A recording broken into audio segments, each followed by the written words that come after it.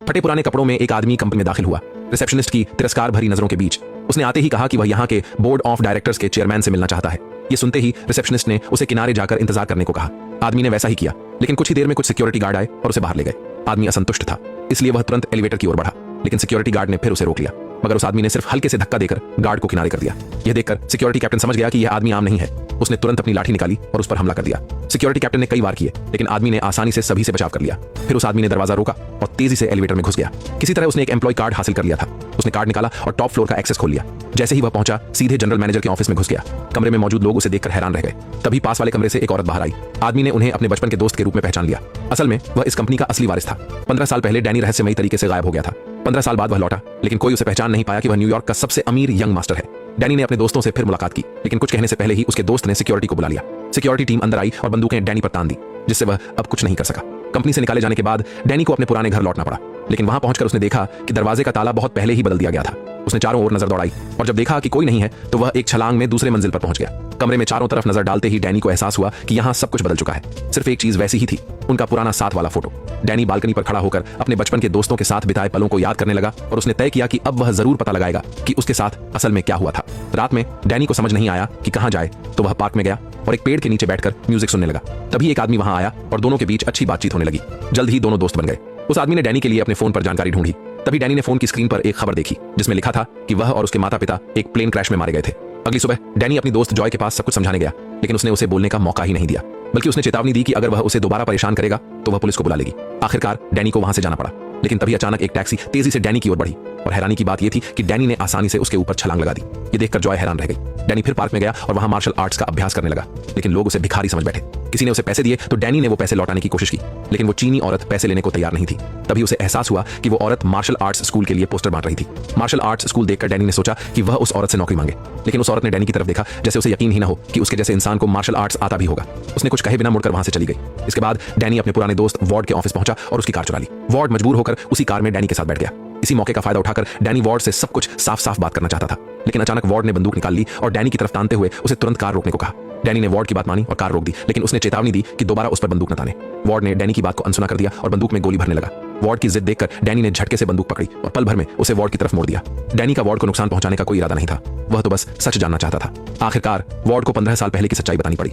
Danny के परिवार को हिमालय की पहाड़ियों में हुए एक विमान हादसे में मरा हुआ घोषित कर दिया गया था, क्योंकि न तो विमान मिला था और न ही शव।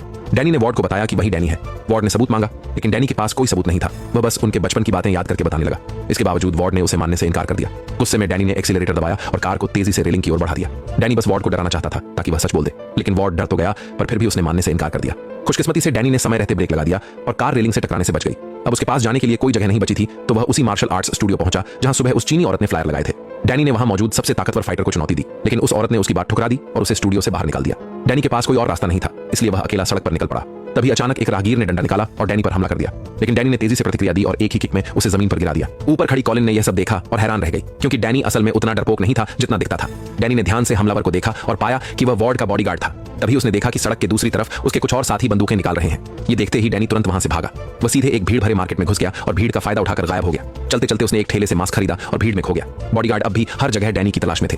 तभी डैनी अचानक ऊपर से झपटा और कुछ ही मूव्स में बॉडीगार्ड को गिरा दिया। उसने उसकी बंदूक छीनी और दोबारा भीड़ में गायब हो गया, लेकिन एक और बॉडीगार्ड ने डैनी को पहचान लिया और चुपचाप उसका पीछा करने लगा। उसने धीरे से बंदूक निकाली और डैनी की पीठ पर तान दी, मगर डैनी ने तुरंत पलटवार किया। उसने एक जोरदार थप्पड़ मारा और उसे जमीन पर पटक दिया। ये बस एक चेतावनी थी, डैनी ने उसे गंभीर चोट नहीं पहुंचाई थी। उस समय वॉर्ड बेफिक्र होकर अपनी सफलता का आनंद ले रहा था, जब उसने वॉर्ड को एक फोन कॉल आया। कॉल खत्म होते ही वह गुस्से से भर उठा, क्योंकि उसके बॉडीगार्ड को दिया गया हत्या का मिशन असफल हो गया था। वॉर्ड ने कभी नहीं सोचा था कि डैनी के पास इतनी जबरदस्त मार्शल आर्ट्स की ताकत होगी। डैनी की वापसी से अब वॉर्ड के दिल में डर घर करने लगा था। बेचैनी महसूस करते हुए वॉर्ड एक गुप्त स्थान पर गया। वहां उसकी मुलाकात उसके पिता से हुई। दोनों इस बात पर सहमत थे कि डैनी की असली पहचान किसी भी कीमत पर बाहरी दुनिया को नहीं पता चलनी चाहिए, वरना उनका सारा साम्राज्य खतरे में पड़ जाएगा। उन्हें सबसे ज्यादा चिंता डैनी के माता पिता की थी, क्योंकि अगर डैनी उस प्लेन क्रैश में नहीं मरा था तो इसका मतलब यह भी हो सकता था कि उसके माता पिता भी जिंदा हों, और अगर ऐसा हुआ तो वॉर्ड और उसके पिता सब कुछ खो देंगे। वॉर्ड के पिता ने महसूस किया कि वॉर्ड ने डैनी को बहुत हल्के में लिया है, इसलिए उन्होंने खुद इस मामले को संभालने का फैसला किया। उधर डैनी वापस उसी पार्क में आया जहां वह अक्सर बैठा करता था, लेकिन इस बार उसने अपने एकमात्र दोस्त को पेड़ के नीचे मृत पाया। डैनी ने दुखी होकर अपने दोस्त के ऊपर चादर डाल दी और पछताने लगा कि उसकी वजह से एक निर्दोष की जान चली गई। डैनी, जॉय और वॉर्ड बचपन के घनिष्ठ दोस्त थे, लेकिन अब वॉर्ड ने ही डैनी को मारने के लिए लोगों को भेजा था। उस वक्त डैनी को एहसास हुआ कि वह अब वॉर्ड पर भरोसा नहीं कर सकता। उसने ठान लिया कि वह एक बार फिर जॉय के पास जाएगा ताकि सब कुछ साफ साफ बात कर सके। लेकिन हैरानी की बात यह हुई कि जॉय ने चोरी छिपे डैनी की चाय में नशे की दवा मिला दी। कुछ ही देर में डैनी को चक्कर आने लगे और उसकी नजरें धुंधली पड़ गईं। लेकिन उसी वक्त उसने अंधेरे में वार्ड को बाहर आते देखा। जब डैनी की आंखें खुली तो उसने खुद को एक अस्पताल के बेड से बंधा हुआ पाया। डॉक्टर ने उसे एक सेडेटिव का इंजेक्शन लगाया था। दवा के असर से डैनी की आंखें दोबारा बंद हो गईं और वह फिर से सो गया। जब वह अगली बार जागा तो उसके पास एक डॉक्टर बैठा था। डॉक्टर उससे कुछ देर सामान्य बातें करने लगा, लेकिन अचानक उसने पास रखी एक कांटा फोर्क उठाई और डैनी पर हमला कर दिया। सौभाग्य से उसी समय कुछ डॉक्टर अंदर आए और उस व्यक्ति को पकड़ लिया। तब पता चला कि वह असली डॉक्टर नहीं था, बल्कि एक पागल मरीज था जो डॉक्टर की कोट पहनकर अभिनय कर रहा था। जब हालात शांत हुए तो असली डॉक्टर ने डैनी से पूछा कि 15 साल पहले उसके साथ क्या हुआ था। डैनी ने बताया कि वह अपने माता पिता के साथ विमान में था जब अचानक विमान हादसे का शिकार हो गया। उसकी मां ने उसे शांत करने की कोशिश की, लेकिन तभी विमान की छत फट गई और तेज हवा के झोंके से उसकी मां विमान से बाहर जा गिरी। जब डैनी को होश आया तो वह बर्फ से ढके इलाके में विमान की सीट पर पड़ा था और उसके सामने 2 भिक्षु खड़े थे। डॉक्टर को डैनी की कहानी सुनकर यकीन नहीं हुआ, लेकिन उसने ध्यान से सुना और उसकी हालत पर दया भी महसूस की। इसके बाद डॉक्टर ने स्टाफ को कहा कि डैनी को अस्पताल के माहौल से परिचित कराया जाए। तभी डैनी को एहसास हुआ कि यह कोई साधारण अस्पताल नहीं, बल्कि एक मानसिक अस्पताल है। वहां एक बूढ़ा मरीज किसी दूसरे को उकसाने लगा, जिससे वह गुस्से में उठ खड़ा हुआ और उसे सबक सिखाने लगा। तभी डैनी ने हस्तक्षेप किया और सिर्फ एक मुक्के में उस आदमी को गिरा दिया। तभी डैनी को समझ आया कि यहाँ कुछ तो गड़बड़ है। अचानक कुछ डॉक्टर कमरे में घुस आए। उन्होंने डैनी को पकड़ लिया और फिर से उसे बिस्तर से बांध दिया। इसके साथ ही उसे जबरदस्ती कई तरह की दवाइयां खिलाई गईं। कुछ ही देर में डैनी बेहोशी की हालत में चला गया। थोड़ी देर बाद वही बुजुर्ग मरीज दोबारा उसके पास आया। डैनी ने उससे कहा कि वह यहाँ से बाहर निकलना चाहता है। बूढ़े आदमी ने कहा कि वह सिर्फ इतना कर सकता है कि डैनी के रिश्तेदारों या दोस्तों को फोन कर दे। फिर उसने धीरे धीरे डैनी की रस्सियां खोली और उसे चुपके से फोन करने के लिए ले गया। डैनी ने कॉलिन को फोन किया और उसे कहा कि वह मानसिक अस्पताल आकर उसे यहाँ से निकाल ले। कॉलिन ने पूछा कि उसे उसकी मदद क्यों करनी चाहिए। डैनी ने सीधा जवाब दिया, क्योंकि तुम ही एक हो जो मुझे मारना नहीं चाहती। कॉलिन नहीं चाहती थी कि न्यूयॉर्क के सबसे अमीर परिवार से उसकी दुश्मनी हो, किसी ऐसे व्यक्ति की वजह से जिसे वह बस एक बार मिली थी। इसीलिए उसने फोन काट दिया। डैनी निराश हो गया। उसे यह नहीं पता था कि अस्पताल में उसकी हर हरकत पर वार्ड और उसके पिता की नजर थी। डैनी की कहानी सुनने के बाद वार्ड के पिता ने अपने आदमियों को प्लेन क्रैश वाली जगह जांच के लिए भेजा, लेकिन वहां न कोई मंदिर मिला और न ही कोई भिक्षु। डैनी की सभी फोन कॉल्स भी उनकी निगरानी में थीं। वार्ड खुद कॉलिन के मार्शल आर्ट्स स्कूल पहुंचा ताकि उसे डैनी के बारे में जानकारी ले सके, लेकिन कॉलिन ने एक भी बात बताने से इनकार कर दिया। आखिर में वार्ड ने पैसे का लालच दिया। रिश्वत लेने के बाद कॉलिन मानसिक अस्पताल पहुंची। जब डैनी ने कॉलिन को देखा तो उसे लगा कि वह उसे बचाने आई है, लेकिन कॉलिन ने उसके सामने एक दस्तावेज रखा। वो दस्तावेज वार्ड ने उसे साइन करने के लिए भेजा था। वो दस्तावेज यह साबित करने वाला था कि डैनी एक खतरनाक व्यक्ति है जिसे हमेशा के लिए इसी मानसिक अस्पताल में कैद रखा जा सकता है। कॉलिन ने हैरानी से पूछा कि आखिर ऐसा क्यों किया जा रहा है। तब डैनी ने उसे सच्चाई बताई कि उसकी असली पहचान न्यूयॉर्क के सबसे अमीर परिवार के लिए खतरा है, क्योंकि उस विशाल कंपनी की आधी संपत्ति असल में डैनी की ही है। कॉलिन इस झगड़े में शामिल नहीं होना चाहती थी, इसलिए उसने वह दस्तावेज उठाया और वहां से चली गई। जाते जाते डैनी ने उससे आखिरी बार मदद मांगी कि वह एक फाइल बैग जॉय तक पहुंचा दे। कॉलिन जॉय के ऑफिस पहुंची और उसे वो फाइल दे दी। जॉय ने फाइल खोली तो अंदर सिर्फ टॉफियां थीं। टॉफियां देखकर जॉय की आंखों में आंसू आ गए, क्योंकि वही टॉफियां उनके बचपन की यादों से जुड़ी थीं। अब जॉय को यकीन हो गया कि डैनी सचमुच उसका बचपन का सबसे अच्छा दोस्त है। कॉलिन ने साइन किया हुआ दस्तावेज टेबल पर फेंक दिया और जॉय से कहा कि वार्ड को बता देना वह इस कागज पर साइन नहीं करने वाली। तभी वार्ड अंदर आया और उसने कॉलिन को जाते हुए देख लिया। इसी बीच डैनी को अस्पताल से डिस्चार्ज कर दिया गया। डॉक्टर ने उसे कपड़े दिए और कमरे से बाहर ले गया, लेकिन अचानक डॉक्टर उसे एक अंधेरे कमरे में ले गया जहां 3 आदमी उसका इंतजार कर रहे थे, जिनके हाथों में लकड़ी की छड़ें थीं। जैसे ही उन्होंने डैनी को देखा, उन्होंने उस पर हमला कर दिया और एक जोरदार वार डैनी के पेट पर किया, जिससे वह दर्द से जमीन पर गिर पड़ा। उन तीनों में से एक आदमी ने कहा, यह तुम्हारे लिए वार्ड की तरफ से स्वागत का तोहफा है। वार्ड, जो कभी डैनी का बचपन का सबसे करीबी दोस्त था, अब वही उसकी कंपनी पर कब्जा कर चुका था और उसे मरवाने की कोशिश कर रहा था। उसने जॉय के साथ मिलकर डैनी को नशे में डालकर मानसिक अस्पताल भेजा था। इन सब बातों को याद करके डैनी के अंदर का गुस्सा फूट पड़ा। इतने सालों से दबा हुआ क्रोध अब अपनी चरम सीमा पर पहुंच गया था और तभी एक चमकदार रोशनी की लहर डैनी के हाथों में इकट्ठी होने लगी। अपने हाथों में इकट्ठी हुई उस ऊर्जा की मदद से डैनी ने कुछ ही पलों में उन तीनों गुंडों को हरा दिया। फिर उसने अपनी पूरी ताकत एक मुक्के में समेटी और लोहे के दरवाजे पर जोरदार पंच मारा। दरवाजा धमाके के साथ टूटकर बिखर गया। ये सब देखकर वार्ड का पिता हैरोल्ड, जो निगरानी कैमरे पर यह दृश्य देख रहा था, हैरान रह गया। डैनी मानसिक अस्पताल से भाग निकला, लेकिन उसके पास अब भी कहीं जाने की जगह नहीं थी। आखिरकार वह कॉलिन के मार्शल आर्ट्स स्कूल पहुंच गया। कॉलिन नहीं चाहती थी कि वह किसी मुसीबत में फंसे, इसलिए उसने डैनी से तुरंत वहां से जाने को कहा। लेकिन जब डैनी ने जिद की और जाने से इनकार किया तो कॉलिन ने उससे लड़ाई शुरू कर दी।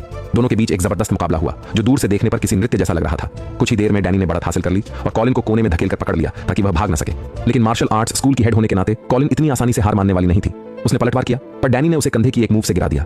खुद को हारता देख कॉलिन ने आखिरकार दरवाजा खोला और उसे बाहर निकालने की कोशिश की। डैनी ने उसे 1 साल का किराया अग्रिम में दे दिया और टूटा हुआ दरवाजा ठीक कराने का भी वादा किया। यह देखकर कॉलिन ने अनिच्छा से ही सही, लेकिन उसे वहां रहने की इजाजत दे दी, क्योंकि उसे भी पैसों की जरूरत थी। अगले दिन डैनी अपने पुराने घर पहुंचा, जो अब जॉय की मिल्कियत बन चुका था। वह दरवाजे के पास पालथी मारकर बैठ गया और उसके आसपास डेजी के फूल और फल बिखरे पड़े थे। कुछ देर बाद जॉय घर लौटी और उसे यह दृश्य देखकर झटका लगा, लेकिन इस बार उसने पुलिस को नहीं बुलाया, क्योंकि अब उसे यकीन हो गया था कि उसके सामने बैठा यह आदमी सचमुच उसका बचपन का सबसे प्यारा दोस्त डैनी ही है। जॉय ने डैनी को अंदर बुलाया। घर में दाखिल होते ही डैनी ने चारों ओर नजर डाली। यहाँ की हर चीज उसे अपने बचपन की याद दिला रही थी। तभी जॉय ने एक दस्तावेज निकाला जो डैनी के शेयर ट्रांसफर कॉन्ट्रैक्ट का था। वार्ड ने डैनी को उसकी कंपनी के शेयरों के बदले $1 अरब की पेशकश की थी, इस शर्त पर कि डैनी अपना नाम बदल ले और सब कुछ छोड़ दे। ये सुनकर डैनी बेहद गुस्से में आ गया। वह पैसे के लिए नहीं लौटा था, बल्कि इसलिए आया था ताकि लोग उसकी असली पहचान को स्वीकार करें। उसने जॉय की कोई बात सुने बिना दरवाजा खोला और वहां से निकल गया। जॉय घबराकर उसके पीछे दौड़ी। वह उसे समझाने लगी कि $1 अरब में वह आराम से जिंदगी बिता सकता है, लेकिन डैनी ने पीछे मुड़कर भी नहीं देखा और आगे बढ़ता चला गया। अब उसने ठान लिया था कि वह सबको साबित करेगा कि वह असली वारिस है। डैनी कंपनी के बाहर इंतजार करता रहा। तभी एक औरत बाहर निकली। जैसे ही डैनी ने उसे देखा, वह उसके पीछे चल पड़ा। उस औरत को जल्द ही एहसास हो गया कि कोई उसका पीछा कर रहा है, तो उसने तुरंत पेपर स्प्रे निकाला और डैनी की ओर तान दिया। डैनी ने जल्दी से समझाया कि वह डैनी है, वही बच्चा जो कभी इस कंपनी का मालिक था। वह औरत उसके पिता की पुरानी सेक्रेटरी थी। डैनी ने उसे अपना अतीत बताया और धीरे धीरे उसे यकीन दिला दिया कि वह सच बोल रहा है। उसने उससे मदद मांगी ताकि वे वार्ड की कंपनी पर मुकदमा कर सके।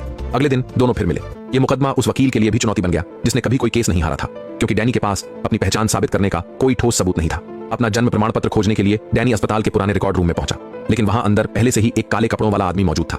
डैनी ने उससे कहा कि वह कुछ दस्तावेज ढूंढना चाहता है, लेकिन उस आदमी ने उसे अनदेखा कर दिया। डैनी जैसे ही फाइलें देखने लगा, वह आदमी अचानक उस पर टूट पड़ा और एक बोतल एथेनॉल निकालकर पूरे कमरे में आग लगाने की कोशिश की। उसी वक्त डैनी का गुस्सा अपनी चरम सीमा पर पहुंच चुका था और उसकी सारी ऊर्जा उसके मुट्ठी में केंद्रित हो गई थी। उसने छलांग लगाई और उस आदमी पर जोरदार मुक्का मारा। अपनी ताकत वापस पाकर उसे थोड़ा थकान महसूस हुई। जमीन पर पड़े उस आदमी ने जल्दी से लाइटर निकाला, लेकिन डैनी ने उसे दूर किक मार दी।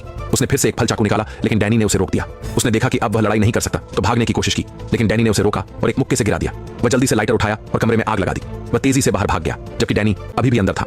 डैनी ने देखा कि एक औरत जमीन पर पड़ी हुई थी, तो वह तुरंत उसकी ओर दौड़ा और उसे उठाया। उसने उसे कंधे पर उठाकर बाहर भागा। इसके बाद डैनी वार्ड और जॉय को ढूंढने के लिए कैफे पहुंचा। डैनी बैठा और जॉय को धक्का देकर साइड में कर दिया। उसने वार्ड से सवाल किया कि उसने ऐसा क्यों किया। वार्ड ने ठंडे स्वर में कहा कि डैनी को बहुत पहले ही मर जाना चाहिए था। गुस्से में डैनी ने गिलास तोड़ दिया, जिससे माहौल तनावपूर्ण हो गया। दोनों अब लड़ने ही वाले थे कि जॉय ने जल्दी से उन्हें अलग कर दिया, लेकिन जॉय की अगली बात ने डैनी को अंदर तक चोट पहुंचाई। यह सुनकर डैनी ने ठान लिया कि वह सब कुछ वापस हासिल करेगा जो उसने खोया। जॉय ने कहा कि वह डैनी की छोटी बहन नहीं है और वह उनका भाई नहीं है। उन्होंने उसे कभी अपनाया नहीं। डैनी ने मुंह फेर कर वहां से चल दिया। अगले दिन डैनी अपने साथ एक वकील लेकर पहुंचा। वकील ने वार्ड को एक दस्तावेज सौंपा, जिसमें डैनी के कंपनी में सभी अधिकार और 51% शेयर सौंपने का आदेश था। वार्ड सोच रहा था कि डैनी अपनी पहचान साबित भी नहीं कर सकता, लेकिन डैनी का वकील शांतिपूर्वक अपने ब्रीफकेस से एक एस्ट्रे निकाला और उसे टेबल पर रख दिया। वार्ड ने इसे उठाया और ध्यान से देखा, लेकिन उसे कुछ समझ नहीं आया। डैनी ने वार्ड से कहा कि एस्ट्रे के नीचे देखें। वहां जॉय के लिए डैनी द्वारा लिखा गया एक विश था। वार्ड ने तिरस्कार से देखा और कहा कि इससे कुछ साबित नहीं होता, लेकिन वकील ने वार्ड से कहा कि शब्दों के पास बनी फिंगरप्रिंट पर ध्यान से देखें। इस समय वार्ड और जॉय दोनों हैरान रह गए। वकील ने कहा कि उस फिंगरप्रिंट पर डैनी का हाथ है और यह उसकी पहचान साबित करने के लिए पर्याप्त है, लेकिन वार्ड अभी भी बहस करके समय बढ़ाने की कोशिश करने लगा। इस बीच वार्ड की तरफ के 5 वकील चुपचाप खड़े रहे। इसके बाद डैनी और उसके वकील आराम से चले गए, जबकि वार्ड गुस्से में था और कुछ कर नहीं सका। उस रात डैनी चोरी छिपे एक बिल्डिंग में घुसा, लेकिन वहां पहुंचते ही उसने देखा कि अंदर जाने के लिए पासवर्ड की जरूरत थी। इसलिए डैनी खिड़की की ओर गया। उसने सावधानी से चारों ओर देखा और बिल्डिंग की बाहरी दीवार से ऊपर चढ़ने लगा। डैनी दीवार से लटक कर ऊपर चढ़ता रहा। जब वह टॉप फ्लोर पर पहुंचा तो वह खिड़की खोलकर अंदर जाने ही वाला था। तभी अचानक किसी ने उसे जोर से धक्का दिया। डैनी हवा में गिरने लगा, लेकिन उसने लोहे के फ्रेम को पकड़ लिया। अगर वह इतनी ऊंचाई से गिरता तो निश्चित ही कुचल जाता। डैनी ने गहरी सांस ली और कुछ देर के लिए खुद को पकड़ने की कोशिश की, लेकिन तभी डैनी फिसल गया और सीधे नीचे गिर पड़ा। सौभाग्य से नीचे एक कंक्रीट का टुकड़ा बाहर निकला हुआ था, जिसने डैनी का सहारा लिया। जब डैनी को होश आया तो उसने खुद को वार्ड के कमरे में सोफे पर पड़ा हुआ पाया। वार्ड हाथ में कॉफी का कप लेकर बाहर आया। पता चला कि डैनी को धक्का देने वाला वही वार्ड था। तभी एक और आदमी सामने आया। वह वार्ड और जॉय के पिता थे। डैनी को विश्वास नहीं हुआ कि हैरोल्ड अभी भी जीवित है, और दोनों ने एक दूसरे को कसकर गले लगाया। हैरोल्ड को डैनी का चाचा माना जा सकता था। 3 साल पहले हैरोल्ड को कैंसर हुआ था और सभी सोच रहे थे कि वह मर चुके हैं, लेकिन अचानक वह आज भी जीवित था। इसके बारे में सिर्फ वार्ड को पता था। हैरोल्ड ने डैनी से कहा कि यह रहस्य बनाए रखे और किसी को न बताए। डैनी ने हैरोल्ड की बात मान ली और फिर वार्ड और डैनी के बीच चल रहे मुकदमे के बारे में हैरोल्ड को बताया। हैरोल्ड ने वार्ड से कहा कि मुकदमा रोक दें और डैनी को असली वारिस के रूप में स्वीकार करे। हैरोल्ड ने वार्ड को मजबूर किया कि वह डैनी की सभी संपत्ति वापस करे। वार्ड जल्दी से विरोध करने खड़ा हुआ, लेकिन हैरोल्ड ने स्पष्ट कर दिया कि यह आदेश है, बातचीत नहीं। वार्ड के पास हैरोल्ड की बात मानने के अलावा कोई विकल्प नहीं था। इसके बाद हैरोल्ड और डैनी ने फिर से गले मिलकर खुशियां मनाई। डैनी को फिर से रैंड परिवार का वारिस घोषित किया गया। डैनी खुशी खुशी एलिवेटर में चला गया। इसके विपरीत वार्ड का चेहरा बेहद अप्रिय था। दोनों एलिवेटर में खड़े थे और माहौल अत्यंत तनावपूर्ण था। डैनी ने कभी सोचा भी नहीं था कि वार्ड उसे चेतावनी देगा, तुम्हें मेरे पिता के साथ सतर्क रहना होगा। वार्ड ने अपनी बात खत्म की और एलिवेटर से बाहर चला गया, पीछे डैनी को हैरान करता चेहरा छोड़कर। अगले दिन डैनी ने साफ सुथरे कपड़े पहने और आत्मविश्वास के साथ कंपनी में कदम रखा। इस समय जॉय को एक समूह जबरदस्ती ले जा रहा था। डैनी को अंदर आता देख जॉय ने मदद के लिए चिल्लाया। डैनी तुरंत आगे बढ़ा, अपहरणकर्ता के पैर को पकड़ा और तोड़ दिया। वार्ड ने जल्दी से उसे काबू में किया। अपहरणकर्ताओं ने देखा कि डैनी को मार्शल आर्ट्स आती है, तो उन्होंने अपनी कमर से एक छोटा कुल्हाड़ी निकाला। यह देखकर डैनी ने भी लड़ाई की मुद्रा अपनाई। कुल्हाड़ी लगातार डैनी पर हमला कर रही थी, लेकिन डैनी ने आसानी से उसे टाल दिया। एक अपहरणकर्ता कूदकर डैनी पर वार करने लगा, लेकिन वह जमीन पर जा लगा। डैनी ने पीछे मुड़कर उसे किक मारकर गिरा दिया। जैसे ही एलिवेटर पहुंचा, उन्होंने जल्दी से जॉय को अंदर खींचा। एक और अपहरणकर्ता कूदकर डैनी पर हमला करने की कोशिश करने लगा और कुछ बार घूमते हुए वार किया, लेकिन उसे भी किक मारकर गिरा दिया गया। एलिवेटर का दरवाजा बंद होने वाला था, तब डैनी तेजी से आगे बढ़ा और दोनों हाथों से दरवाजा खोल दिया। डैनी सफलतापूर्वक एलिवेटर में प्रवेश कर गया। एलिवेटर का दरवाजा धीरे धीरे बंद हुआ और डैनी ने अंदर मौजूद 3 अपहरणकर्ताओं के साथ युद्ध शुरू किया। हालांकि जगह सीमित थी, लेकिन इसका डैनी की लचक पर कोई असर नहीं पड़ा।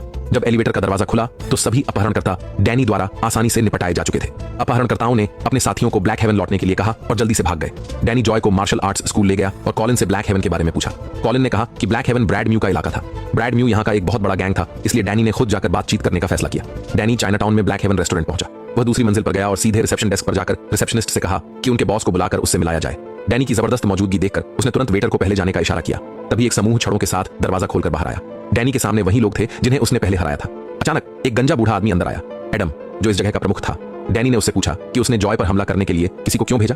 एडम ने डैनी से कहा कि जॉय ने सबसे पहले उसका पोर्ट लूटा था, लेकिन डैनी ने सोचा कि जॉय को मजबूर किया गया था और उसकी चाल में फंसा दिया गया था। एडम बहुत ही उलझन में था, क्योंकि न्यूयॉर्क में और कौन रैंड कॉर्पोरेशन को मजबूर कर सकता था। डैनी ने बस एक नाम लिया और एडम स्तब्ध रह गया। फिर उसने जल्दी से माफी मांगी और निकल गया। डैनी ने चीनी भाषा में कहा कि वह चाहता है कि वे उसके इलाके से बाहर चले जाएं।